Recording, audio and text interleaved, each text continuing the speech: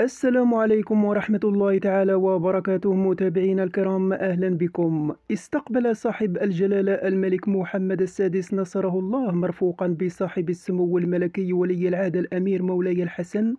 اليوم السبت 24 من ماي 2025 بالقصر الملكي بالرباط.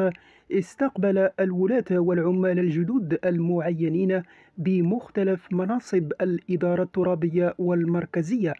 وذلك في إطار الحركة الجزئية والتي أقرها جلالته، والرامية إلى تعزيز فعالية أداء الإدارة الترابية وتكريس مبادئ الحكامة الجيدة. وشمل التعيين الملكي عددا من المناصب المهمة جاءت على الشكل التالي: ولاة بالإدارة المركزية: سمير محمد تازي والي كاتب عام لوزارة الداخلية، محمد فوزي والي مفتش عام للإدارة الترابية، وحسن أغماري والي مدير الشؤون الانتخابية، عبد الحق الحراق والي مدير أنظمة المعلومات والاتصالات،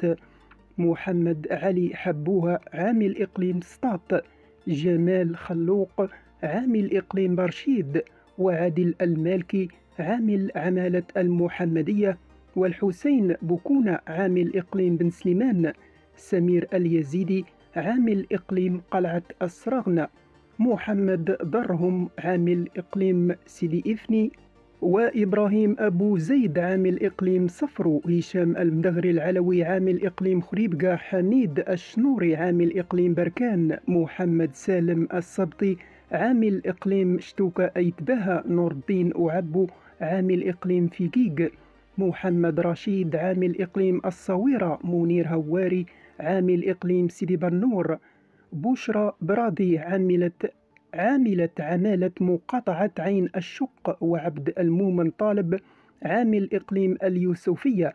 عمر المريني عامل إقليم الحاجب، ومحمد باري عامل إقليم طاطا.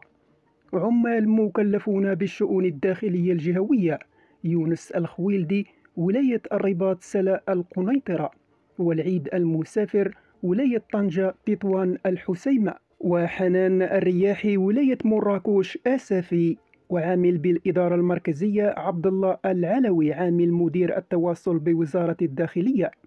وقد أدى العمال والولاة الجدد القسم بين يدي جلالة الملك في التزام رسمي بالمهام المنوطة بهم وفقا لما ينص عليه القانون. وقد حضر هذا الاستقبال الرسمي وزير الداخلية السيد عبد الوافي الفتيت والحاجب الملكي سيدي محمد العلوي.